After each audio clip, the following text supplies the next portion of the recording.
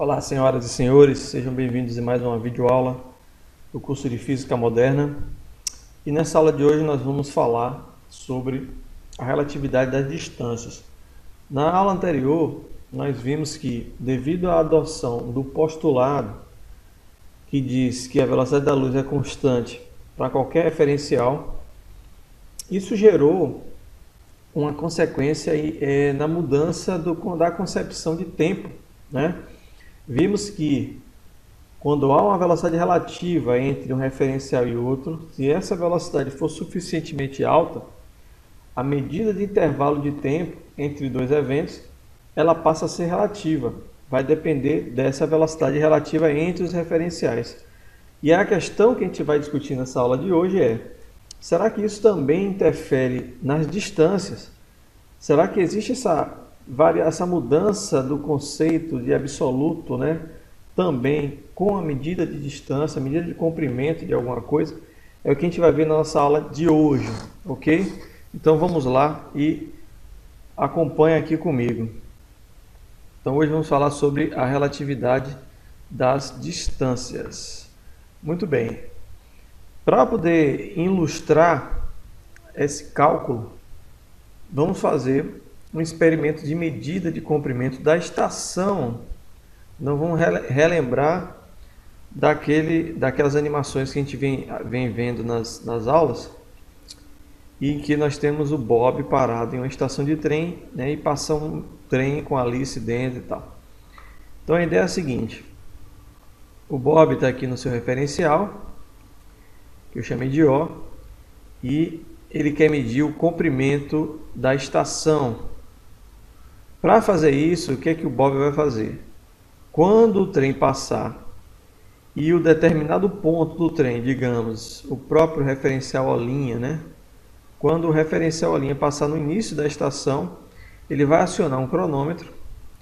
E aí, depois que esse trem passar no final da estação, ele vai ver o tempo que durou para que esses dois eventos acontecessem. Quer dizer, quando o trem passou no início da estação e quando o trem passou no final da estação. Então ele vai medir esse tempo, e aí, sabendo qual é a velocidade do trem, sendo essa velocidade constante, a distância percorrida pelo trem, que vai ser o comprimento da estação, é velocidade vezes o tempo, certo?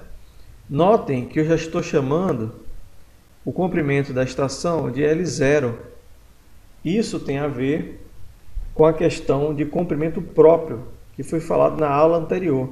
Porque nesse referencial, o Bob ele está parado em relação à estação. Então, os dois eventos que estão sendo medidos, o comprimento, eles estão parados em relação a esse referencial aqui, que é o referencial do Bob, certo? Então, esse aqui, a medida de comprimento que o Bob realiza nessa estação, ela é um comprimento próprio, porque a estação está parada no referencial de Bob. Agora vamos fazer a mesma experiência no referencial de Alice. Como é que ela faz esse experimento? Bom, para ela, o trem está parado e a estação é que se movimenta para trás com velocidade v. Então, quando o começo da estação passar por ela, ela vai acionar o cronômetro e vai medir o intervalo de tempo até a estação passar, o final da estação passar por ela de novo. E ela vai medir o intervalo de tempo, que é um tempo ΔT0, um tempo próprio, que a gente já viu na aula anterior. E aí, da mesma forma, ela vai medir o comprimento da estação, que já é um comprimento diferente, porque o tempo que ela mede é diferente. E o comprimento que ela mede vai ser a velocidade da estação, que é a mesma velocidade do trem, né, por questão de simetria, vezes o tempo que ela mede. E aí, bom, a gente pode relacionar um comprimento com o outro, dividindo as duas equações. Então tá aqui, ó, eu vou dividir L por L0, a gente viu que L é V ΔT0, L0 é V vezes ΔT, dividir um pelo outro acaba cancelando as velocidades, eu vou ter uma relação entre os intervalos de tempo. Esses intervalos de tempo, a gente conhece essa relação lá da aula anterior de contração, de dilatação do tempo. Então L sobre L0 pode ser escrito através desse fator, essa raiz quadrada de 1 menos a velocidade relativa entre os referenciais, dividido pela velocidade da luz, tudo isso ao quadrado. Então eu posso botar esse termo aqui do comprimento próprio multiplicando a minha raiz, e a gente sabe que essa raiz ela é o inverso do fator de Lorentz. O fator de Lorentz, lembrando, é 1 sobre esse termo aqui, é 1 sobre essa raiz. Então, para o comprimento relativo, o comprimento medido em um referencial que não é o referencial próprio, digamos assim, a relação entre os dois comprimentos é dada por essa expressão. É o comprimento próprio dividido pelo fator de Lorentz. Aqui cabe a mesma discussão, né, que foi feita na aula anterior, quer dizer, o fator de Lorentz sempre é um termo maior ou igual a 1. Então, se vocês ainda não viram a aula anterior, vejam lá que eu explico por que existe essa desigualdade, por que o fator de Lorentz sempre é maior ou igual a 1. Então, como isso aqui é sempre maior ou igual a 1, eu vou estar dividindo o L0 por um número que é maior do que 1. Isso faz com que essa divisão seja um número menor do que L0. Então, se eu pego um número e divido por outro, que é maior do que 1, eu vou estar diminuindo esse número, né, se ele está sendo dividido.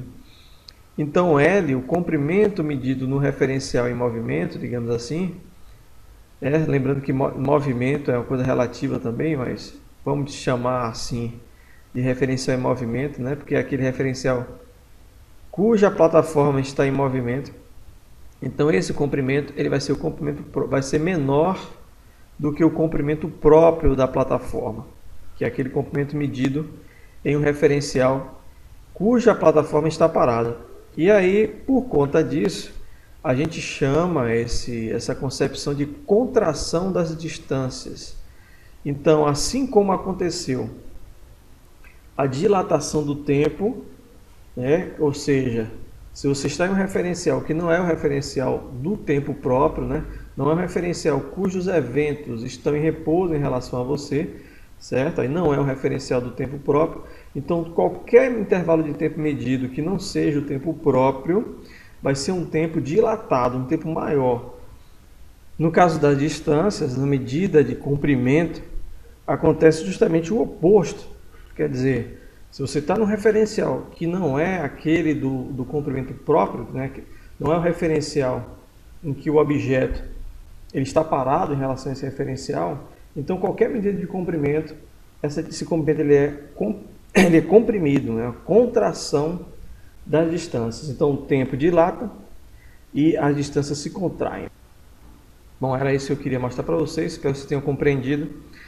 Esses são dois fenômenos assim, importantíssimos a serem compreendidos. Então tentem ler um pouco mais sobre eles, para vocês entenderem um pouco mais o que é essas duas concepções, dilatação do tempo e contração de distâncias, qual é a relação delas, que elas têm a ver de fato, né? Como é que elas funcionam, porque isso aí é a base, né? Uma coisa mais importante a ser discutida em relatividade restrita.